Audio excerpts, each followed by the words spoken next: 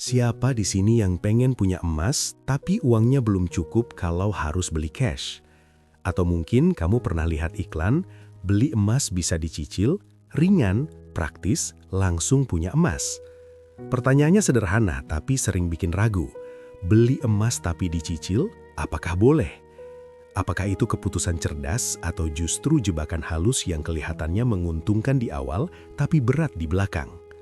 Topik ini penting banget, terutama buat kamu yang baru mulai belajar investasi emas.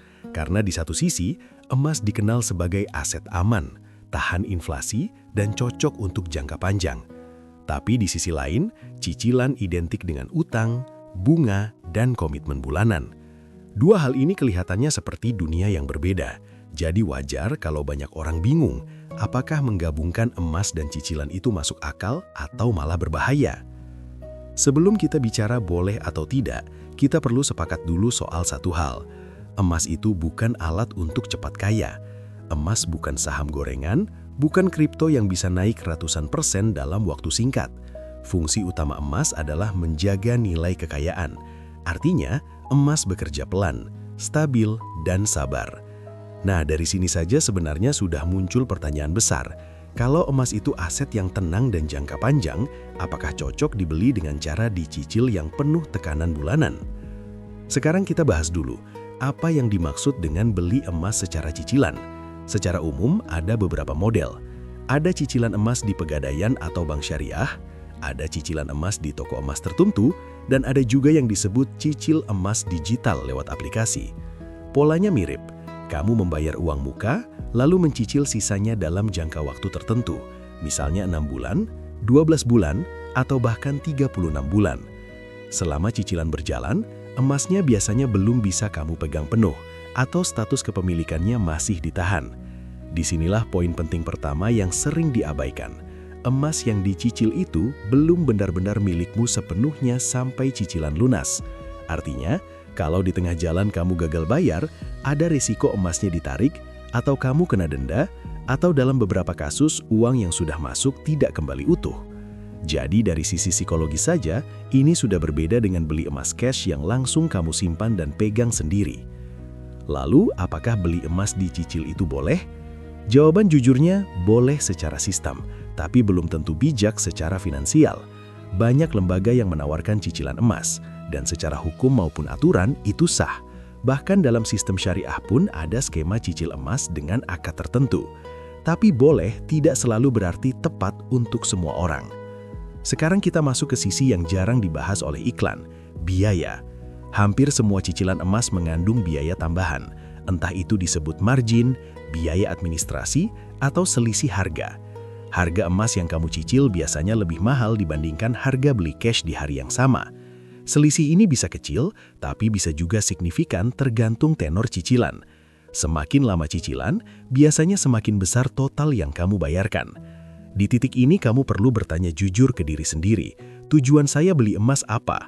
Kalau tujuanmu adalah lindung nilai dan efisiensi, maka beli emas lebih mahal dari harga pasar jelas bertentangan dengan tujuan itu. Emas memang naik dalam jangka panjang, tapi kenaikannya tidak selalu cukup cepat untuk langsung menutup selisih biaya cicilan, apalagi dalam jangka pendek. Banyak orang terjebak di logika ini. Tidak apa-apa lebih mahal sedikit, yang penting punya emas. Padahal yang sering tidak disadari adalah, emas itu aset yang paling optimal kalau dibeli dengan biaya serendah mungkin. Selisih harga beli saja sudah mempengaruhi hasil jangka panjangmu, apalagi kalau selisih itu datang dari cicilan. Di sisi lain, ada juga argumen yang sering dipakai untuk membenarkan cicil emas. Misalnya, daripada uangnya habis buat konsumtif, lebih baik dicicilkan emas. Argumen ini tidak sepenuhnya salah, tapi perlu konteks. Kalau kamu adalah tipe orang yang benar-benar disiplin, punya penghasilan stabil dan cicilan emas itu menggantikan pengeluaran konsumtif yang tidak penting, maka secara perilaku ini bisa lebih baik dibandingkan belanja yang tidak produktif. Tapi masalahnya disiplin adalah kata kunci yang jarang dibahas. Cicilan itu komitmen. Setiap bulan ada kewajiban yang harus dibayar. Kalau suatu hari penghasilan terganggu, cicilan tetap jalan. Emas tidak bisa langsung kamu makan, tidak bisa dipakai bayar listrik, dan tidak selalu mudah dicairkan dalam kondisi terdesak, apalagi kalau statusnya masih dalam cicilan. Disinilah resiko terbesar cicil emas. mismatch antara sifat aset dan cara belinya. Emas itu liquid tapi tidak instan, stabil tapi tidak agresif. Sementara cicilan menuntut arus kas bulanan yang konsisten. Kalau dua hal ini tidak sejalan dengan kondisi keuanganmu, yang ada justru stres finansial, bukan rasa aman. Di tengah pembahasan ini, penting juga buat kamu yang sedang belajar keuangan dan investasi untuk terus membuka wawasan. Kalau konten seperti ini ngebantu kamu berpikir lebih jernih soal uang, emas, dan keputusan finansial, jangan lupa subscribe supaya kamu tidak ketinggalan pembahasan penting lainnya yang sering tidak dibahas secara jujur di luar sana.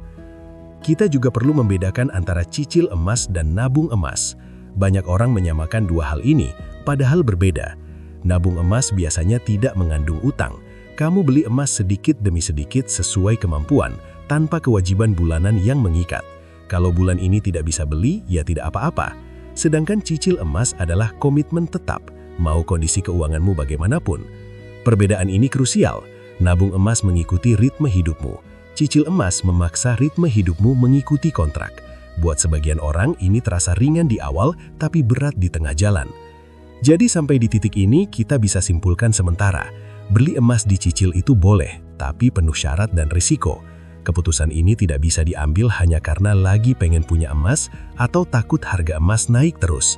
Harus ada perhitungan matang soal arus kas, biaya tambahan, tujuan keuangan, dan kesiapan mental menghadapi cicilan. Masih ada banyak hal penting yang perlu dibahas, terutama soal siapa sebenarnya yang cocok cicil emas, kapan cicil emas bisa masuk akal, dan kapan justru harus dihindari sama sekali. Pembahasan ini akan menentukan apakah cicil emas itu solusi atau justru masalah yang tertunda. Sekarang kita lanjut dengan pertanyaan yang lebih tajam.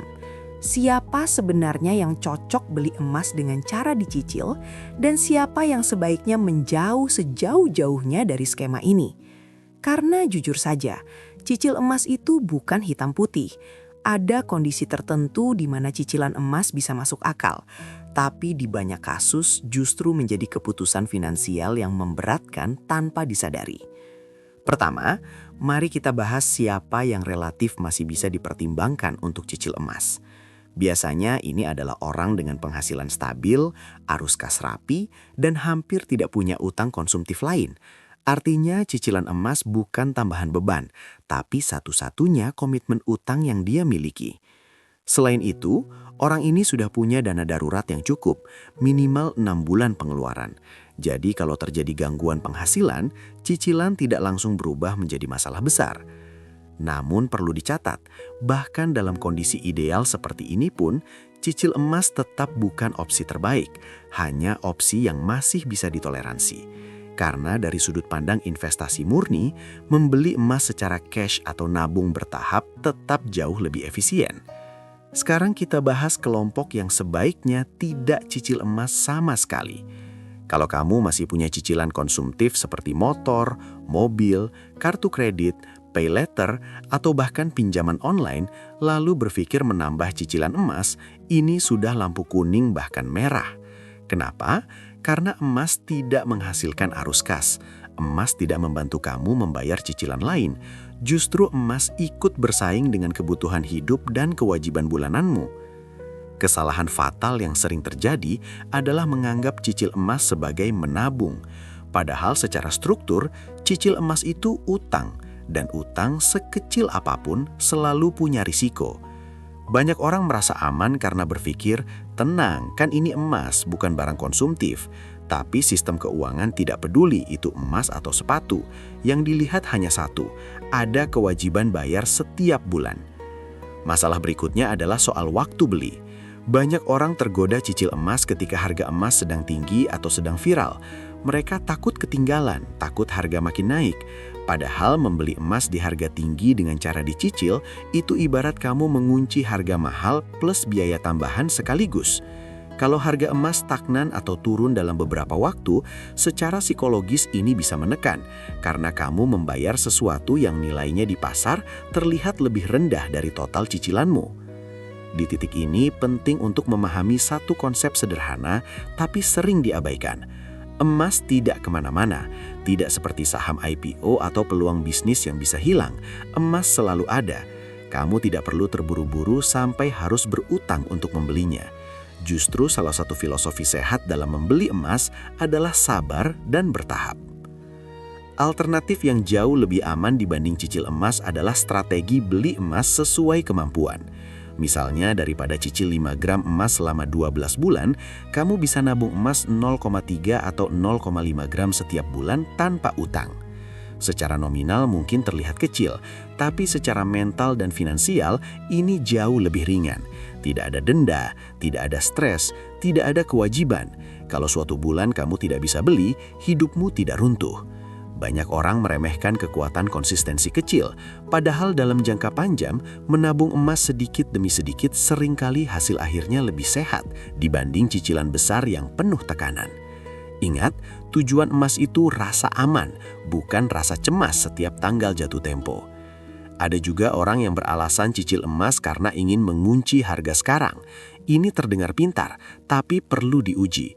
Mengunci harga hanya masuk akal kalau kamu yakin harga emas akan naik signifikan dan cepat, melebihi biaya cicilan. Masalahnya, emas bukan instrumen spekulatif jangka pendek. Pergerakannya bisa datar bertahun-tahun. Jadi strategi ini lebih banyak berbasis harapan daripada perhitungan realistis. Disinilah banyak orang akhirnya kecewa. Mereka berharap emas cepat naik, tapi lupa bahwa mereka membelinya dengan harga yang sudah dinaikkan oleh sistem cicilan. Akhirnya setelah lunas, selisih keuntungannya tipis, bahkan kadang kalah dibanding orang yang beli cash di waktu berbeda. Kalau kita tarik garis besar, cicil emas itu lebih cocok disebut strategi psikologis daripada strategi investasi. Ia membantu orang merasa punya emas lebih cepat, tapi secara angka seringkali tidak optimal. Dan dalam keuangan, perasaan nyaman di awal tapi berat di belakang adalah sinyal bahaya. Di tengah pembahasan ini, kamu mungkin mulai menyadari satu hal penting. Keputusan finansial yang baik itu seringkali terasa membosankan, tidak dramatis, tidak instan, tapi stabil, dan justru disitulah kekuatannya. Kalau kamu suka konten yang membedah keuangan dengan cara jujur, realistis, dan tidak menjual mimpi palsu, pastikan kamu terus ikut pembahasan seperti ini supaya keputusan uangmu makin matang dari waktu ke waktu. Sekarang kita sampai pada kesimpulan besar yang perlu kamu pegang.